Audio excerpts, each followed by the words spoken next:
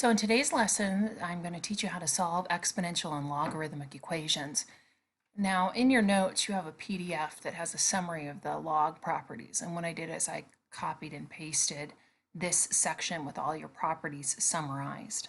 Okay, the ones we're going to need for today, this one, the fact that log base b of 1, all right, this one, log base b of b to the n is n, and b to the log of b of n is n. Okay, this is really important, and then finally this one.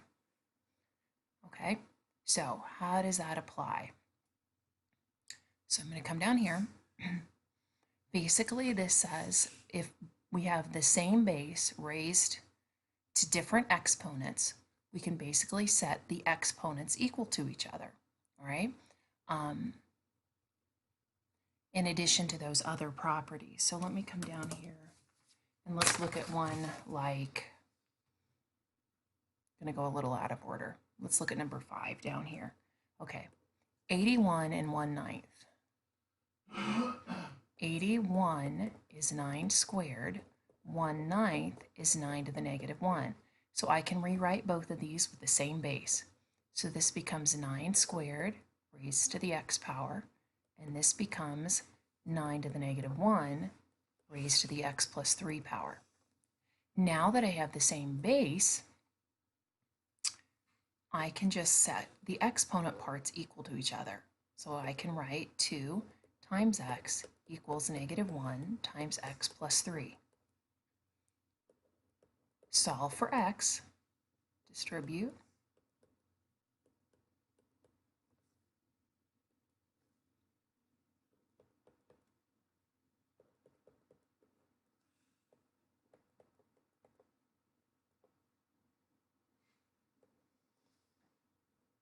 Divide. So when x is negative 1, these two will be equal to each other. Number 4 is the same way.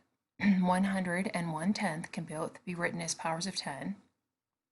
So 100 is 10 squared, and 1/10 is 10 to the negative 1. So I'm going to rewrite these.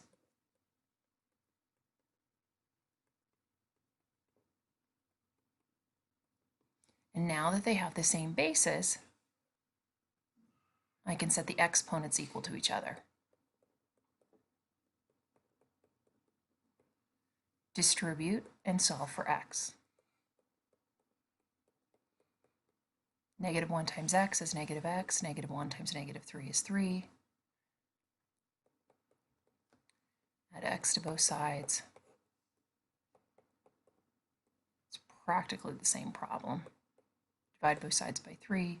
So in this instance, x equals positive 1. So that's what the core concept is. As long as you have the same base, you can set the exponents equal to each other. Now, when you come to number 1, those are not the same base, and there's no way I can write them as the same base. So there's actually 2 ways to solve this one. One way is to use that property above that says if you take the log base b of b to the n, you just get the exponent. So that's what I'm going to do.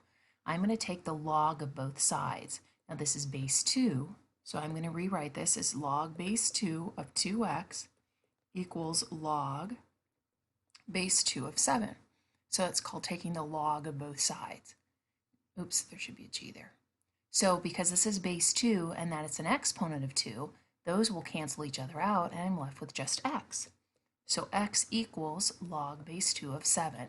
Now I plug this into my calculator.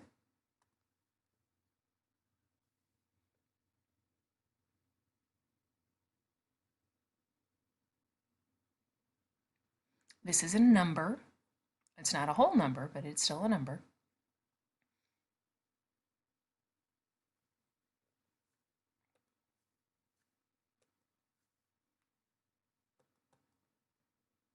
So remember, it's under math, and then you need to go to log base.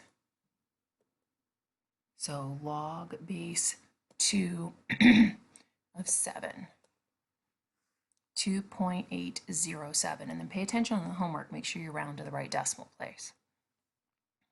So it's approximately 2.807. Now, if you don't have a calculator that allows you to do that, remember the trick was to do log of 7 divided by log of 2, and that will give you the same answer. So log of 7 divided by log of 2. That's your change of base formula. So it gives you the same answer. Okay? Now, number 2, these are not the same base, so I can't do what I did in number 4 and number 5, so I'm going to take the log of both sides.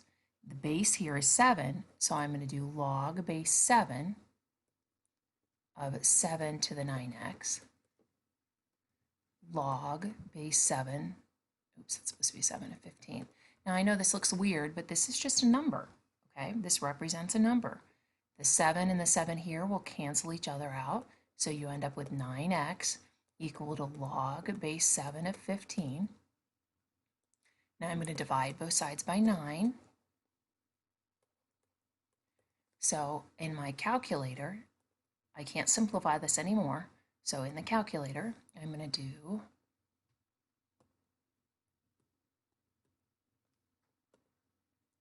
log base 7 of 15 divided by 9.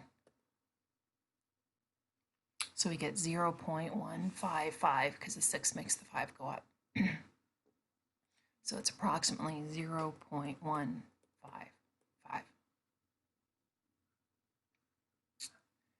And then for number 3, a little bit different than the other two.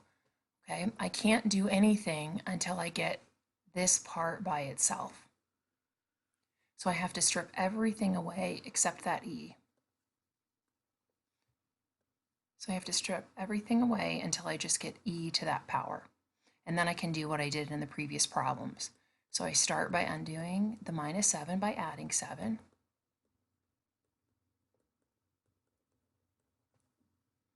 Now I need to undo multiplying by 4 by dividing by 4.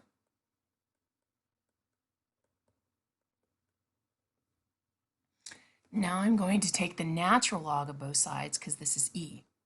So the natural log of e to the negative 0.3x equals the natural log of 5. This and this will cancel each other out. So negative 0.3x equals the natural log of 5.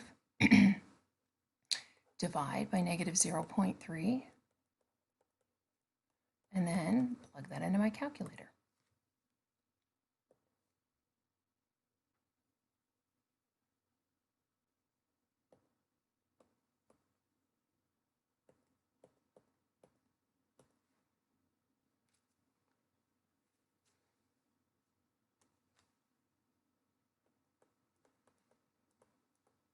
Now, the other thing I'm going to show you is I'm going to use the inverse rule. I'm only going to do it on number 1 and number 2. I can use the inverse rule. That inverse rule is this one up here. It says log base b of a. Oh, no, that's not it. Sorry. That's not the one I wanted.